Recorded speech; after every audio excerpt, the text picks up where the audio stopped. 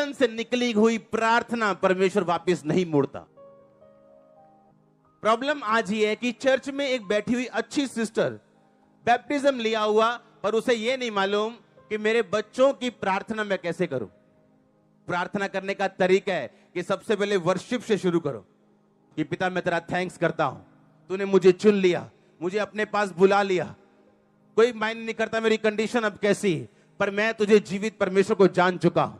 मैं जान चुका हूं तू जीवित है। मैं जान चुका हूं एक दिन मैं गवाही के साथ वापस आऊंगा और मैं स्वर्ग का अधिकारी हूं। मैं जान चुका हूं मैंने साल्वेशन पाली। फिर आप प्रार्थना शुरू करोगे कि पिता तेरे वचन में ये लिखा, मैं तुझे दीर्घ आयु से तृप्त करूंगा। परमेश्वर तू जानता है कि ये बीमारी जो मुझे है ये मुझे दीर्घ आयु जाने नहीं देगी, इसलिए इस बीमारी को हील कर ताकि मैं दीर्घ आयु में जा सकूं। पिता बीमारी के साथ दीर्घ आयु किसी काम की नहीं, गरीबी के साथ दीर्घ आयु किसी काम की नहीं। मुझे आशीषें भी दे कि मैं दीर्घ आयु जी सकूं और आनंदित होकर जी सकूं।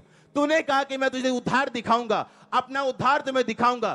तुम मुझे उद्धार दिखा मेरे बच्चों में, मेरी फैमिली में, मेरे फाइनेंस में, मेरी बॉडी में, मेरी स्पिरिट में, मेरी आत्मिक जिंदगी में। आप करके देखो इस तरह से प्रार्थना करके देखो, वचन के बीच से प्रार्थना।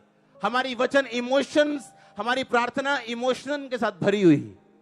हमें लगता है कि हाँ पिता सब जानता है, बाइबल कहती है वो सब जानता है।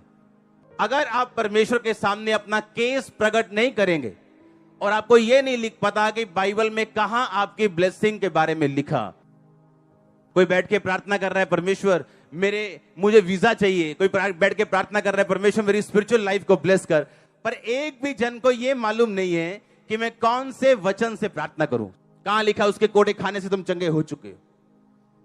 कहां लिखा कि अब वो तुम्हारे अपराधों के कारण घायल किया गया?